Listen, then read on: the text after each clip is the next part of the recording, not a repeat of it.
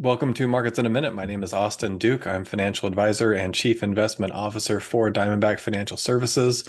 We are a wealth management firm focusing on clients who recognize the need for solid financial advice, who don't want to invest on their own, but still want to be educated through the process. This is the Monday, March 23rd, 2026 edition.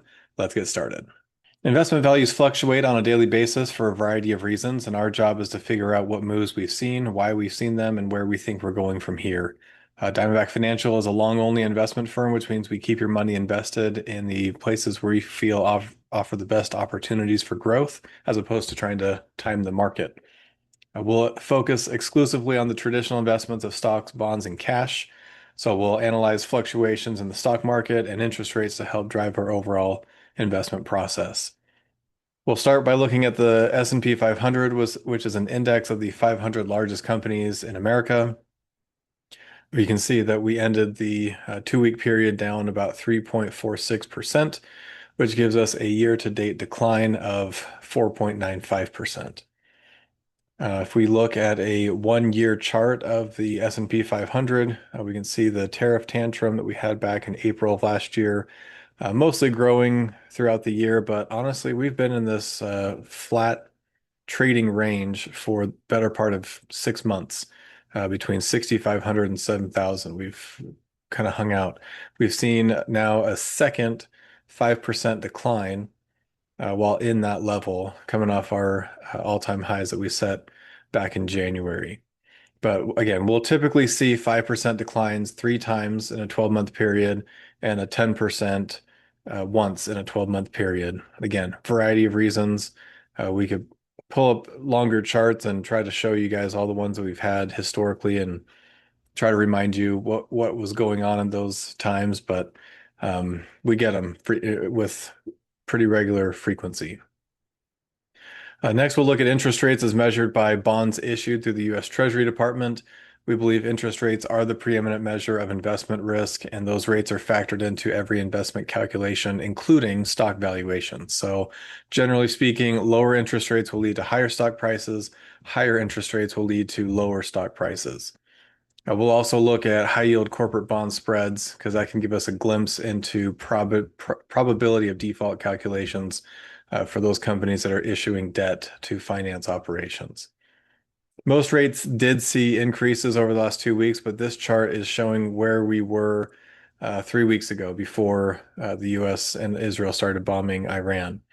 So interest rates listed over here on the left-hand side, maturity lengths on the bottom axis from 1 month all the way out to 30 years. Each of these dots represents an interest rate for a given maturity length. Brown line is where we were 3 weeks ago, and this green line is where we are as of Friday. So short-term rates, not a whole lot of change, but these medium and long-term rates saw a significant shift higher over the last 3 weeks while this war is ongoing. The US 10-year Treasury rate itself, these are daily fluctuations over the past year. You can see we were down about 395 at the end of February and almost a 50 basis point move higher in the last 3 weeks, which that's an issue.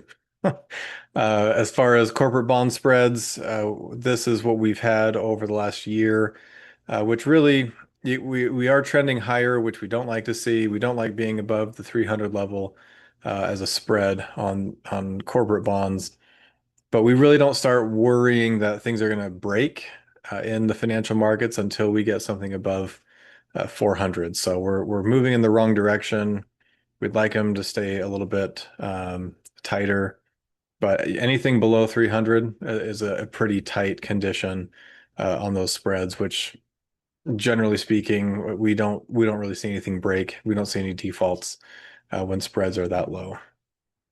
Moving on to commodities, this is oil. We still see oil prices incredibly elevated. Iran continues to dominate the headlines, and despite optimism from President Trump and his administration, it really does feel like it's one bad headline after another on a daily basis. So we don't feel like there's really an apparent end in sight.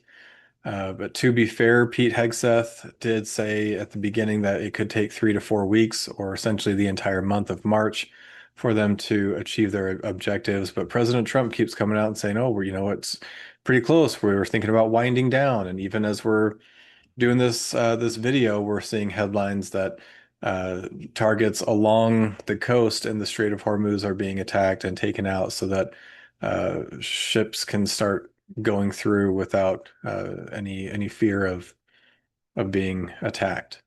So, we had hoped, we had been optimistic that things would resolve quickly, and that has not played out. Um, but we know that oil prices, energy prices that are elevated, the longer they remain elevated, tend to cause issues in the overall market. Gas prices, this is the AAA daily national average for gas prices. We can see back here at the end of the year and into January, we're around 280, and then have been increasing over the past couple months until, we were about $3 a gallon, and now we're getting up close to $4 a gallon, which is just crazy. So, we've got a lot of things happening that are giving us some concern in the overall market. We also, by the way, had a Federal Reserve meeting this past week where they left interest rates unchanged. And instead of where we had been expecting reductions in interest rates, at least one by the end of the year in the futures market, our base case has been 2 to 3 in the second half of the year once we have a new Fed chair in place. After the meeting on Wednesday, those expectations have completely changed. And as of Friday, we're now leaning more on the side of even a rate increase between now and the end of the year. So, very interesting commentary from the Federal Reserve Chair, which again, he's he's going to be done in a couple months. He's going to be replaced, and the person replacing him most likely will be cutting rates. And we haven't been shy about our opinions when the Federal Reserve either cuts rates or doesn't cut rates, et cetera. We think a 25 basis point reduction on Wednesday actually would have been a good idea. Um, we know that these energy price spikes are temporary. We don't know how long it's going to take to work through the system, but we, our opinion, and we're not professional economists by any means, right? But our opinion is that it's going to be a temporary issue with higher oil prices and higher gas prices, that even if it is temporary, small businesses or even large businesses may end up reducing headcount because of the increased costs. If we were to reduce interest rates, that would reduce one of their costs and help offset the higher energy prices. So I understand the economic theory of higher inflation because of these higher energy costs, but if this is temporary and it could be potentially destructive to our economy to have these higher energy prices for an extended period of time, then why don't we just try to balance that out by lowering interest rates? So, anyway, that's our opinion. We think that it would have been better to see a reduction, and we think that it's unlikely that the Federal Reserve will actually raise interest rates. I don't think Jerome Powell is going to do that before he leaves when he's done in a couple months. So, um, obviously, we'll see what happens, but that's kind of where we are at the moment. Finally, the Department of Homeland Security is still shut down and has been for about a month at least. Those who have been trying to fly anywhere have probably been in long lines at the airports, which we don't know how much of an economic impact that's going to have, but it's definitely weighing on consumer sentiment. So you've got issues with travel, you've got issues with just transportation in general, higher energy prices. Everybody's seeing the higher gas prices that are out there. So the Trump administration's got a lot of work to do between now and election day if they have any chance of saving their position in Congress and keeping people happy. So we'll see what they're able to do here in the next couple weeks, if anything. All right, for our expectations portion, despite the optimism we had 2 weeks ago, things have not quite played out the way that we thought that they would. And we are now of the opinion that there's been some damage done to the markets and to our economy because of these higher energy prices that um, we hope won't take a long time to get resolved, assuming that the conflict can end this week. But again, with no apparent end in sight, we have to play the cards that we're dealt. We're seeing enough warning signs that things are moving in the wrong direction in a lot of areas that we're going to start making some changes. So we've obviously seen interest rates spiking, credit spreads are widening, energy prices are still high, and if we got a resolution to this war, we still think that it would take 3 to 6 months before we got everything back to the way it was prior to the conflict starting. So I want to bring up real quick.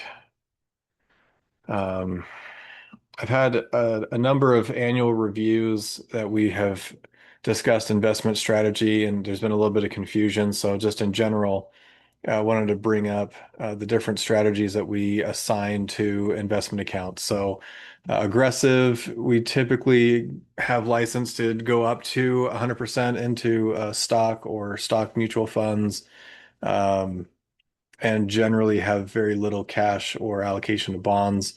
Moderately aggressive, we're somewhere between 65 to 80% in stock and stock mutual funds, and 20 to 35% in bonds or cash. Moderate, we're looking at about a 50-50 split.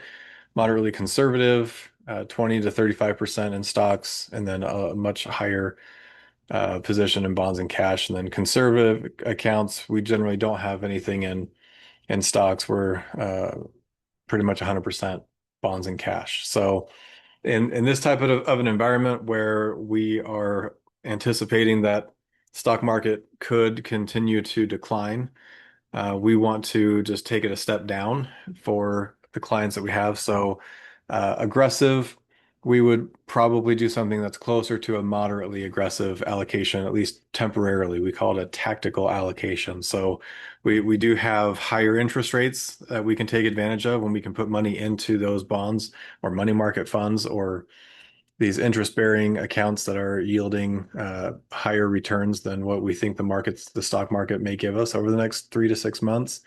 That will hopefully reduce any volatility and price fluctuation that we see in your accounts on a daily basis. We can take advantage of higher interest rates now and hold on to those for as long as we need to until we feel like we've got the all clear and we can go back into more of a growth mode. And then it gives us it's kind of an insurance policy where we now have this cash either in bonds or money market funds that we can redeploy into stocks. If we anticipate they're going to come lower, we can buy back in at a lower price and take advantage of that. So again, everybody's a little bit different, and some people may want to still be going full steam ahead in this environment, which is totally fine. So if you have any individual questions, let us know. But just so you're aware, we're going to look to scale back a little bit uh, based on what we're seeing and try to take things a little bit lightly out of an abundance of caution.